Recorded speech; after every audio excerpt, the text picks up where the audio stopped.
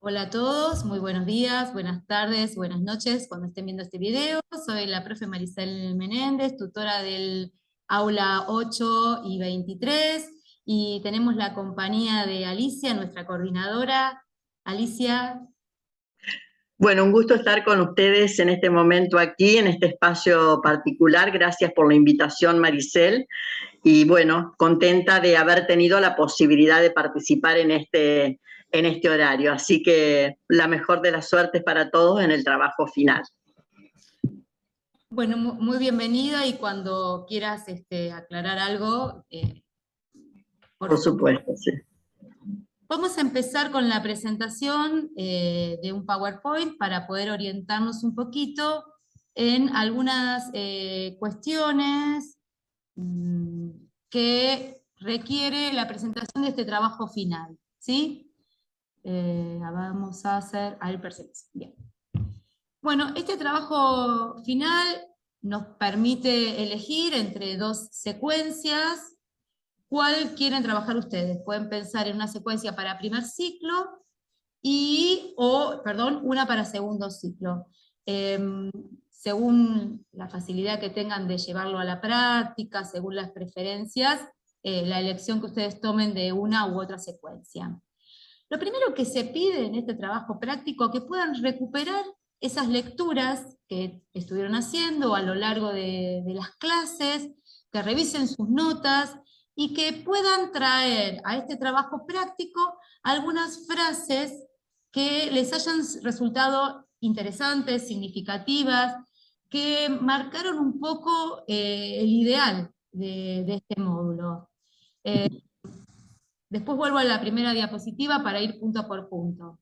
Por ejemplo, seguramente ustedes tendrán otras. Una de las frases que a mí me resulta muy significativa es la importancia del cálculo mental y entender que el cálculo mental no es algo que se hace con la cabeza, sin lápiz y papel, sino que todo lo contrario. Se puede utilizar el lápiz, se puede utilizar el papel. Son procedimientos que se utilizan para un determinado contexto, en un determinado momento, para un determinado caso en particular. En cambio, el algoritmo es algo que sirve siempre, ¿no? El algoritmo, no importa cuál es el número, sirve siempre. Lo realizamos mecánicamente. En cambio, el cálculo mental, vemos qué es lo que más nos conviene, qué es lo que más nos conviene para esa oportunidad. Esto nos permite tomar decisiones como alumnos, como estudiantes. Tomar decisiones es lo que nosotros consideramos participación activa del estudiante, ¿no? Un estudiante que hace matemáticas, un estudiante que participa activamente, y el cálculo mental le permite esto, le permite la toma de decisiones. En este momento me conviene agrupar esto o agrupar aquello. Estas fueron una de las frases es interesante que cuando las presenten en su trabajo final, las puedan entrecomillar, respetando las normas APA, hacer una conclusión con sus palabras, ¿no? Explicando qué quiere decir o algún ejemplo, pero sí hacer una cita textual. Otra de las frases o de las consignas que se repiten en las clases, a lo largo de las clases, que podemos llevar como conclusión, es que tratamos de llevar al aula un trabajo reflexivo, un trabajo con significado, a conciencia y no mecánico, ¿sí? Volvemos a las consignas iniciales, y el punto 2 nos pide que analicemos una de las siguientes secuencias. Las secuencias tienen 3 actividades que se presentan y luego se responde a las siguientes preguntas. Entonces, vamos a elegir acá si es la secuencia para primer ciclo o la secuencia del segundo ciclo.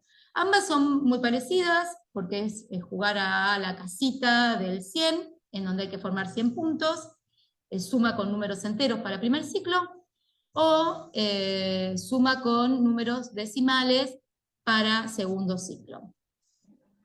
Y pide que seleccionemos 2 problemas matemáticos que se le pueden presentar a los niños en el desarrollo del juego.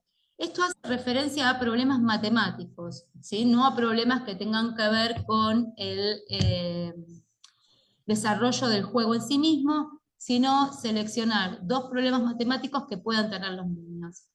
Cuando nosotros empezamos a hacer un juego con los chicos, bueno, tratamos de que la consigna, por supuesto, sea breve, clara, que los chicos se apropien de esa dinámica, y una vez que tienen la dinámica del juego, puedan empezar a trabajar realmente en ese contenido matemático que queremos construir o que queremos aplicar, ¿sí? O que queremos reforzar, porque nuestras actividades de matemática van para la construcción, o a veces, ¿por qué no también para reforzar algunos conceptos de aplicación? Una vez que los chicos tienen la dinámica del juego, bueno, tengo 3 cartas, selecciono una, puedo agarrar una, si logro formar el 100, lo llevo. Una vez que los chicos tienen esta dinámica, ¿qué problemas matemáticos se presentan? Esto es lo que nos pide el punto 2A, el problema matemático.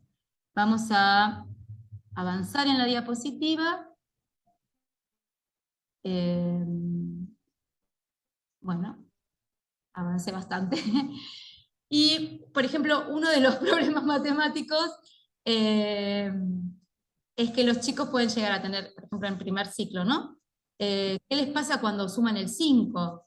Si tienen el 25 con el 75, ese 5 y 5, que es 10, que tenemos este problema de pasarnos a la posición siguiente, ¿no? El valor relativo, el antiguo me llevo 1, si lo logran sumar, tanto para números enteros como para números decimales. Cuando están sumando números decimales es una de las dificultades, ¿no? ¿Qué pasa con el centésimo cuando es 5 y el otro también es 5 centésimos y paso a tener un décimo?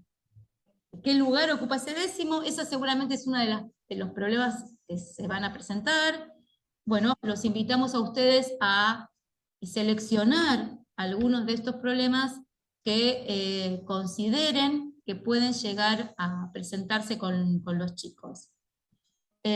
Volviendo al punto anterior, bueno, acá teníamos algunas frases que por ahí podían llegar a ser significativas, que era lo que de alguna manera no se lo mostré con las diapositivas, pero les decía, es importante tener el texto según las normas APA, ¿sí? Y después hacer alguna reflexión al respecto, tanto en el punto 1 como al final del trabajo práctico que también lo solicita, cuando eligen esta frase. Volviendo al punto 2A, bueno, aquí van a ver cuáles son esas problemáticas que tienen que ver con el conocimiento matemático a construir. Uno pudo identificar qué conocimiento matemático, qué contenido matemático, qué objetivo estoy trabajando con esta actividad, con este juego, entre comillas, o actividad con elementos lúdicos, qué contenido estamos trabajando, y una vez que tenemos la dificultad, la relacionamos con ese contenido a trabajar, y saber que esta es una de las cosas que vamos a tener que abordar, porque la actividad viene con un ítem siguiente, y el último que les pide a los chicos que escriban unas cuentitas, ¿sí? Y después vamos a tener intervenciones docentes al respecto. El punto 2b dice que indique al menos 2 explicaciones diferentes que podrían dar los niños. Cuando ustedes les van a preguntar, bueno, ¿cómo resolvieron este cálculo? ¿Sí? Los chicos los van a explicar con sus palabras, y ¿cómo creen ustedes que darían esa explicación? A ver. Por ejemplo,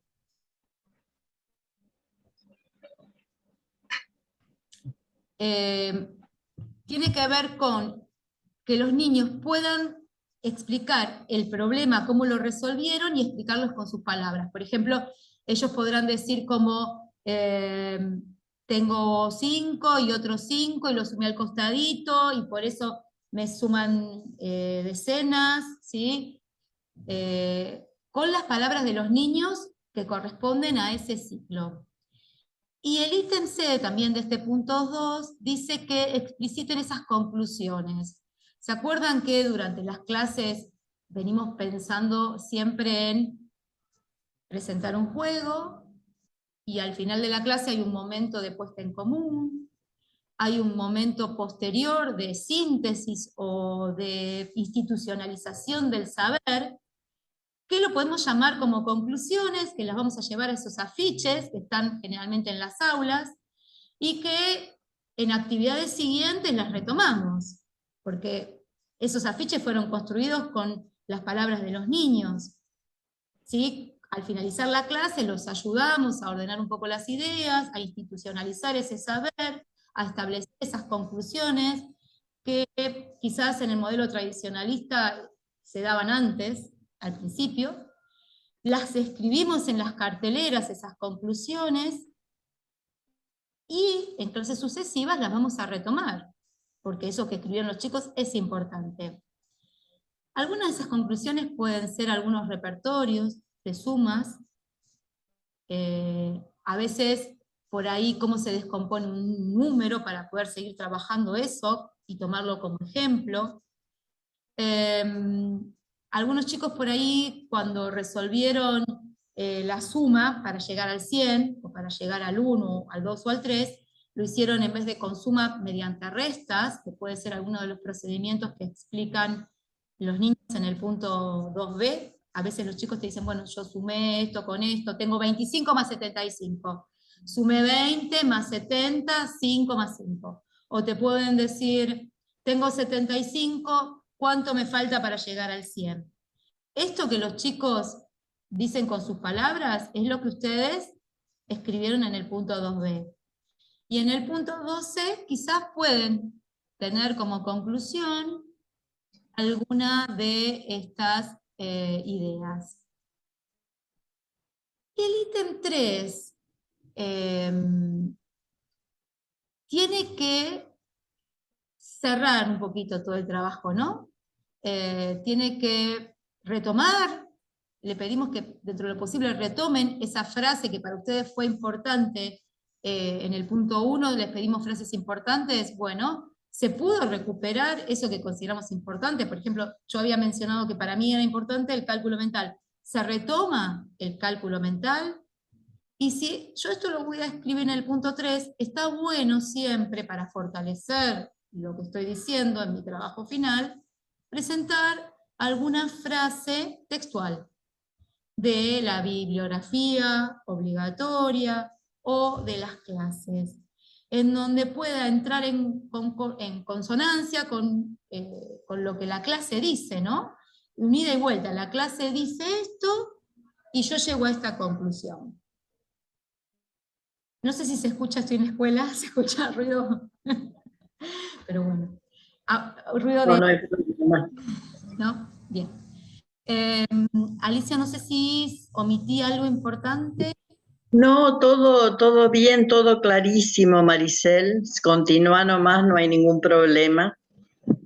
Bueno, la consigna del punto 3 pide que justifiquen el propósito de incluir una propuesta poniéndola en relación con las cuestiones elegidas en el ítem 1. Acá es lo que les decía antes, entrar un poco en diálogo con lo que ustedes leyeron y les hizo ruido, les pareció importante, les parece que es una de las cosas que sí tenemos que seguir trabajando en el aula, y cómo el juego, ¿no? Cómo el juego juega un rol importante para lograr esto que queremos que ocurra en nuestras aulas. Y cómo debemos desarrollar este juego para que eso ocurra, porque no es jugar y ya está, juego y listo, ¿no? El juego tiene un primer momento en donde el niño se apropia de las reglas de juego, con el contenido simple, un segundo momento en donde el niño realmente las reglas de juego ya las tiene y está jugando, pero está apropiándose de ese contenido que quiero enseñar, mi objetivo matemático de la clase, el conocimiento de la clase, juega, pero tiene estrategias matemáticas para el desarrollo, ¿sí? Que es el momento más rico, cuando generalmente nos pasa que los chicos ya tienen varias cosas, empezamos por ahí a presentar dificultades que tuvo algún grupo, o traer nosotras estas cuestiones grises que invita a los chicos a poner en tensión sus saberes y construir saberes nuevos, nuevos desafíos. Y finalmente hay que establecer las conclusiones, hay que armar la cartelería para después retomarla, porque estuvimos jugando, pero estuvimos construyendo conocimiento, y ese conocimiento lo tenemos que retomar, que volver a trabajar en las clases siguientes. Bueno, acá hay algunos ejemplos de algunas cuestiones que pueden llegar a ser importantes, ¿no? En la escoba en la casita de segundo ciclo, uno puede hacer alguna variación si considera pertinente primero tratar de llegar al 1, después tratar de llegar al 2, o si el grupo está directamente en condiciones de que puede llegar a un número entero, ¿no? Al 1, al 2 o al 3, formar un entero. Y para formar un entero, los chicos van a tener que ver cómo unen esos centésimos que tienen para poder formar un entero. De qué manera forman el complemento del número, uniéndolo con alguna de las frases que aparecen en la clase. En las conclusiones finales tendría que considerarse la importancia del juego como recurso, ¿sí? Y la importancia de actividades que vayan del contexto del juego a un trabajo más intramatemático, en donde empezamos a tomar generalizaciones, empezamos a trabajar con conclusiones, si podemos pasar de lo extramatemático ya más a lo intramatemático, para poder de a poco ir construyendo ideas más generales. Como les vengo diciendo en todos los foros siempre, cualquier duda, consulta, saben que se pueden comunicar por mensajería interna o por el foro de consulta. Nosotras entramos todos los días al aula, si no entramos a la mañana, entramos a la noche. Así que estamos todos los días respondiendo los mensajes que ustedes tengan. No vamos a tardar más de 24 horas en responder cualquiera de sus consultas, así que pueden contar con eso. Los invitamos a realizar un trabajo final con sentido, y estamos a la disposición para los que necesiten. Por mi parte. Bueno, Maricel, muy clara la exposición, clarísima, y lo único que me queda es resaltar esto que dijiste al final, ¿no? Toda dificultad, toda consulta, toda duda que les surja, comuníquense por favor con su tutor, porque estamos disponibles justamente para acompañarlos en este proceso. Así que un gusto haber compartido este espacio con ustedes, con Maricel y con aquellos que se acerquen al video para enriquecerse con él. Gracias. Muchas gracias, Alicia, por tu apoyo constante. Un saludo a todos y bueno, nos leemos prontito.